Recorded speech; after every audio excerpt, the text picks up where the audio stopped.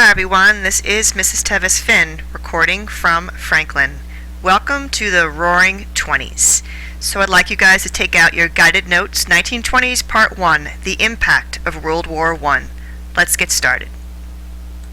So this is why we study history. In order to understand the 1920s, we need to look at World War I. So I'd like to start with a question. How did World War I affect America's economy? So I've given you a hint over here on the right. With the War Industries Board and their propaganda. Number one, I'd like you guys to note that 1919, right after World War I, was a year of economic turmoil. Just think about it. 2 million soldiers are returning home. So you can put that down the next line. After the war, soldiers now needed jobs. 2 million of them. The next line, the WIB, remember the War Industries Board, had put controls on the economy. They had done things like rationing. They kept prices low and wages high. After the war, people rushed to purchase things that were once rationed, and businesses raised prices that had been forced to keep low during the war. The result?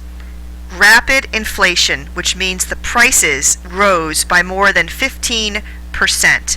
Here's a picture of a war factory. So that last line for number one, please put down that the war factories laid off workers, and then the cost of living increased. Number two, inflation leads to strikes. So during the war, companies had raised wages, and the number of workers in unions had increased. And so really by the end of the war, workers were better organized and really capable of launching successful strikes. By the end of the war, business leaders then saw that they had to break this momentum, so they cut wages. The result? Unions respond with a huge wave of strikes. So more than 3,600 strikes occurred just in 1919. You guys should note that it's more than 4 million workers that go on strike. So under A, the Seattle General Strike, I found a great photograph. 35,000 shipyard workers walked off the job, demanding higher wages and shorter hours. Then other unions joined the shipyard, and this led to a general strike. This involved more than 60,000 people, and it crippled the city for 5 days. They did not achieve their goals and had to return to work, but their actions worried many Americans. A general strike was used in Europe by communists and other radicals. Fear begins to mount. Under B, the Boston police strike. About 75% of the police force walked off the job, resulting in riots and looting. So here's a great cartoon.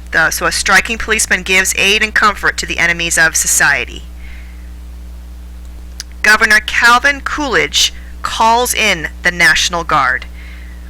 Strikers tried to return to work, but were fired. Coolidge claimed, and everyone agreed, that police did not have the right to strike, for it was against public safety. The result? He gained widespread public support, especially for his presidential nomination in 1920.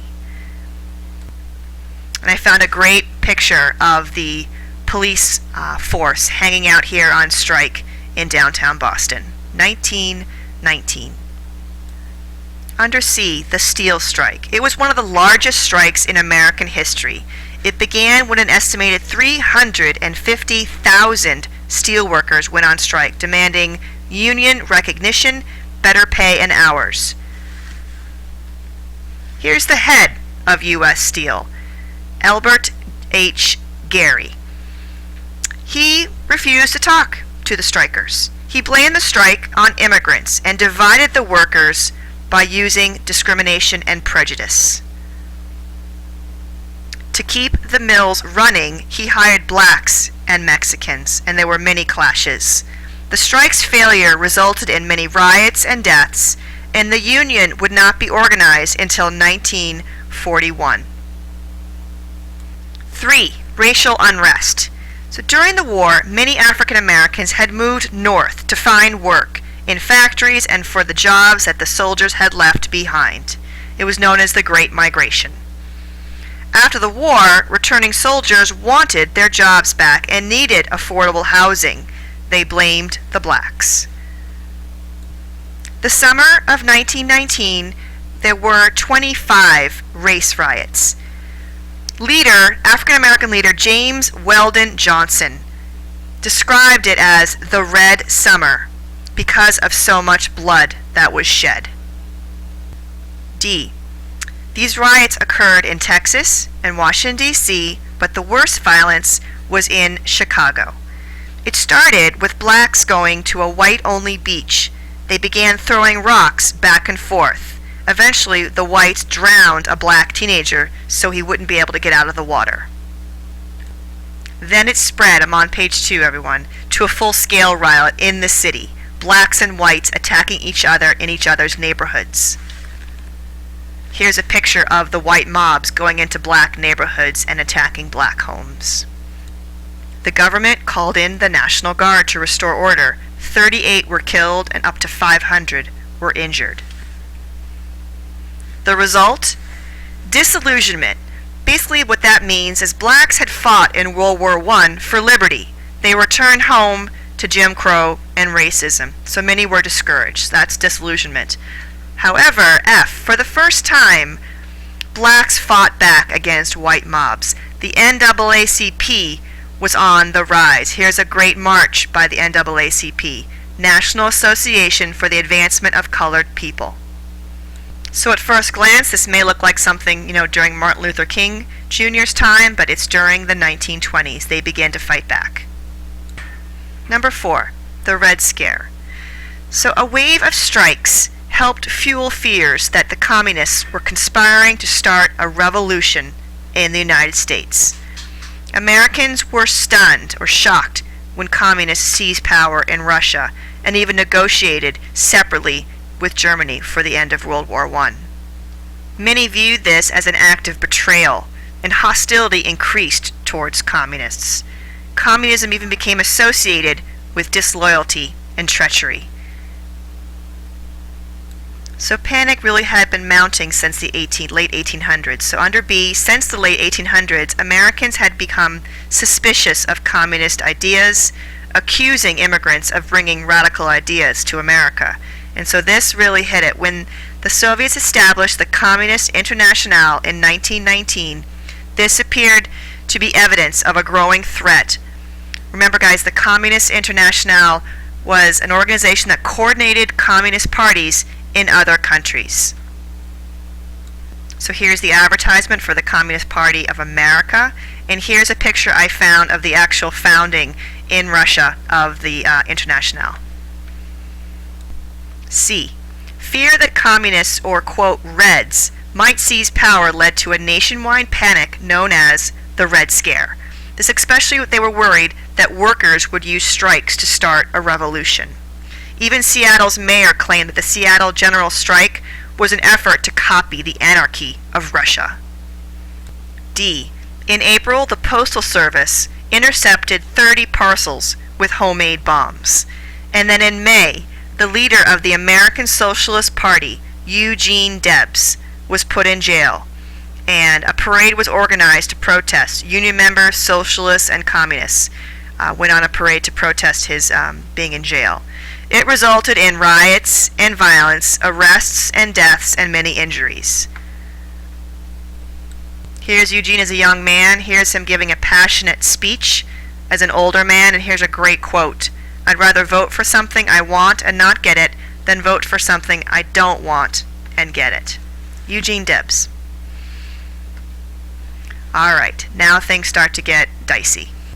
In June, 8 bombs in 8 cities exploded at the same time. So this really appeared to be a conspiracy. Here's a picture of the bombing on Wall Street in New York City. And one of the homes that was bombed belonged to A. Mitchell Palmer, who was the U.S. Attorney General at the time. I put over here that he does retaliate, and my question for the end of number 4 is, were radicals trying to destroy America?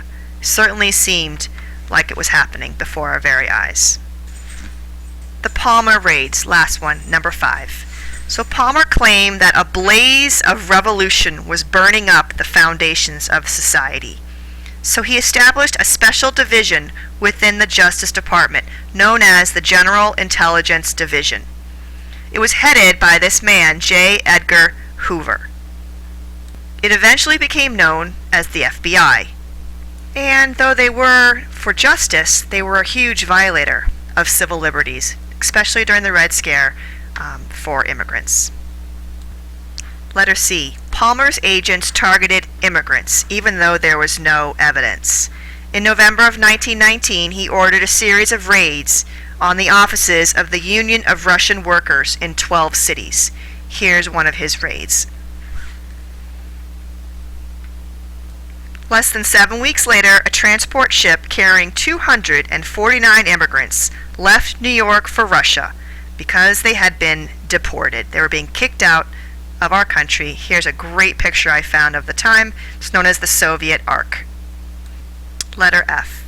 January of 1920, he ordered another series of raids on radical organizations. Nearly 6,000 were arrested. He even expelled 15 members in the New York State legislature because they were in the Socialist Party. Over the next few months, 32 states passed sedition laws, making it illegal to join groups calling for revolution. In the spring, thousands were detained, pictured here, and around 600 were deported. Palmer's agents often ignored civil liberties, like I had said. They entered homes without search warrants. Some were detained for months, waiting for hearings, and some were not even allowed to talk to their lawyers. Many who were deported were never given a proper trial. So what is the legacy of the Red Scare? Certainly the creation of the FBI.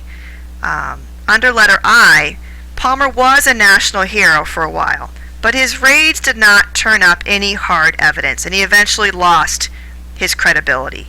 But most important, I would say, is that radicalism became linked with immigrants.